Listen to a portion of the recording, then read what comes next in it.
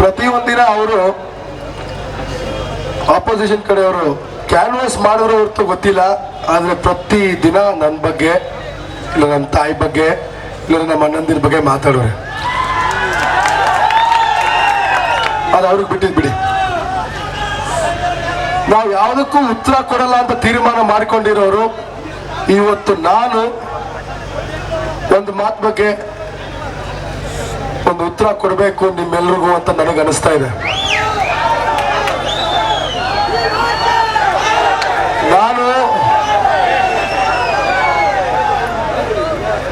ನಾನು ವಯಸ್ಸಲ್ಲಿ ಚಿಕ್ಕವನು.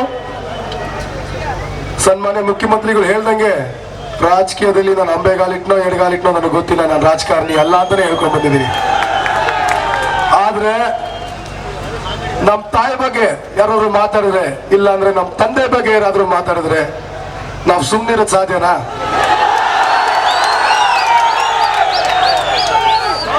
ಅದಕ್ಕೆ ಒಂದು ವಿಷಯ ಮಾತಾಡ್ತೀನಿ ಕೇಳಿ. ಇವತ್ತು ನವೆಂಬರ್ 24 ರಾತ್ರಿ 9:30 ವಿಕ್ರಮ್ ಹಾಸ್ಪಿಟಲ್ ನಾನಿದ್ದೆ. ಅವತ್ತು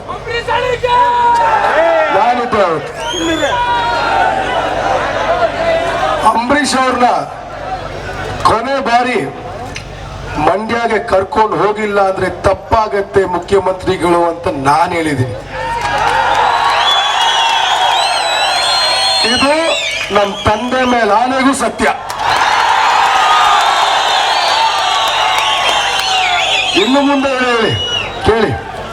ಅವತ್ತು ರಾತ್ರಿ ಆಗೋದಿಲ್ಲ, ಕಷ್ಟ, ಸೆಕ್ಯೂರಿಟಿ ಏರ್ಪಾಡು ಮಾಡಕ್ಕಾಗಲ್ಲ, ಜನ ರಚ್ಚಿಗೆಲ್ಬಿಟ್ಟಿದ್ದಾರೆ, ಜನ ಬೆಂಕಿ ಉಯ್ತಾ ಇದೆ, ಅಲ್ಲಿ ಆಗೋದಿಲ್ಲ ಅಂತ ಹೇಳಿದ್ರು.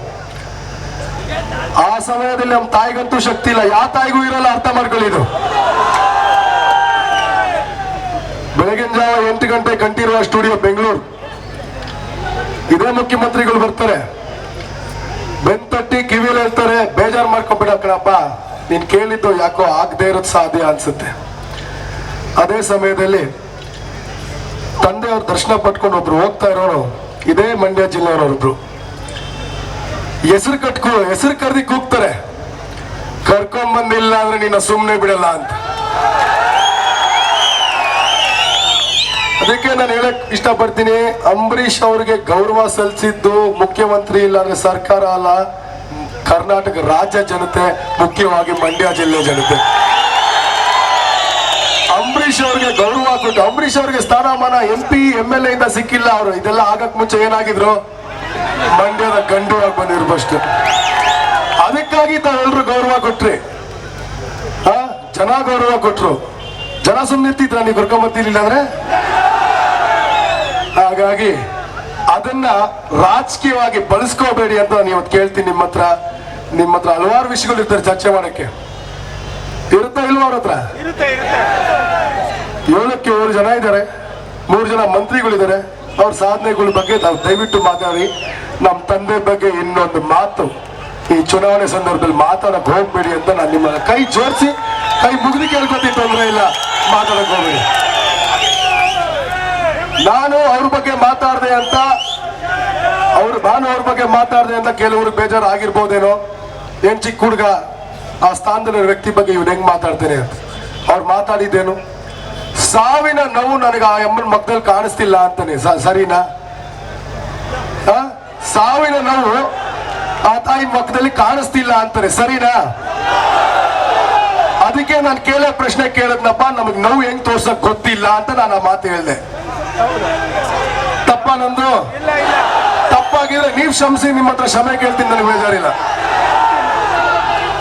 ಈ 2 ವಿಷಯ ನಿಮ್ ಮುಂದೆ ತಂದಿ ಉದ್ದೇಶ ಏನಂದ್ರೆ,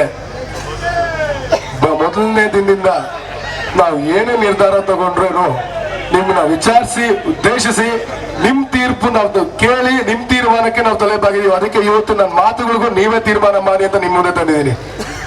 ಇನ್ನ ಪ್ರಚಾರ ಮುಗಿದಿದೆ, ಪ್ರಚಾರ ಮುಗೀತೀಗ, 3ನೇ ದಿನ ಇದೆ. ಎಲ್ಲರೂ ಹೇಳ್ತಾರೆ ಅಂಬರೀಷ್ ಅಣ್ಣನ ಕುಟುಂಬ, ಅವರ ಭವಿಷ್ಯ, ಇಲ್ಲಿ ನಮಗೊಂದು ಸ್ಥಾನ, ನಿಮ್ಮ ಮನಸ್ಸಲ್ಲಿ ಒಂದು ಜಾಗ ಇದೆ ಅಂತ ನೀವು ತೋರಿಸ್ಕೋಬೇಕಾಗಿರೋದು 18ನೇ ತಾರೀಕಲ್ಲಿ.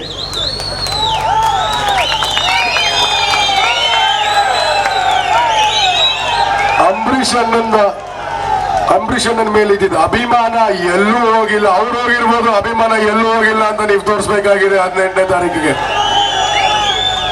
ದಯಮಾಡಿ ನಿಮ್ಮೆಲ್ಲರ ಹತ್ರ ಒಂದೇ ನಾನು ಕೇಳ್ಕೊಳ್ಳೋದಿಷ್ಟೇ,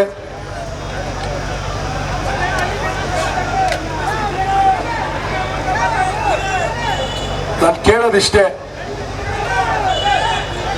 ಒಳ್ಳೆ ಉದ್ದೇಶ ಇಟ್ಕೊಂಡ್ ಬಂದಿದೆ ನಮ್ಮ ತಾಯಿ, ಒಳ್ಳೆ ಕೆಲಸ ಮಾಡೇ ಮಾಡ್ತಾರೆ, ಒಂದು ಅವಕಾಶ ಕೊಡಿ ಅಂತ ಕೇಳ್ತೀನಿ.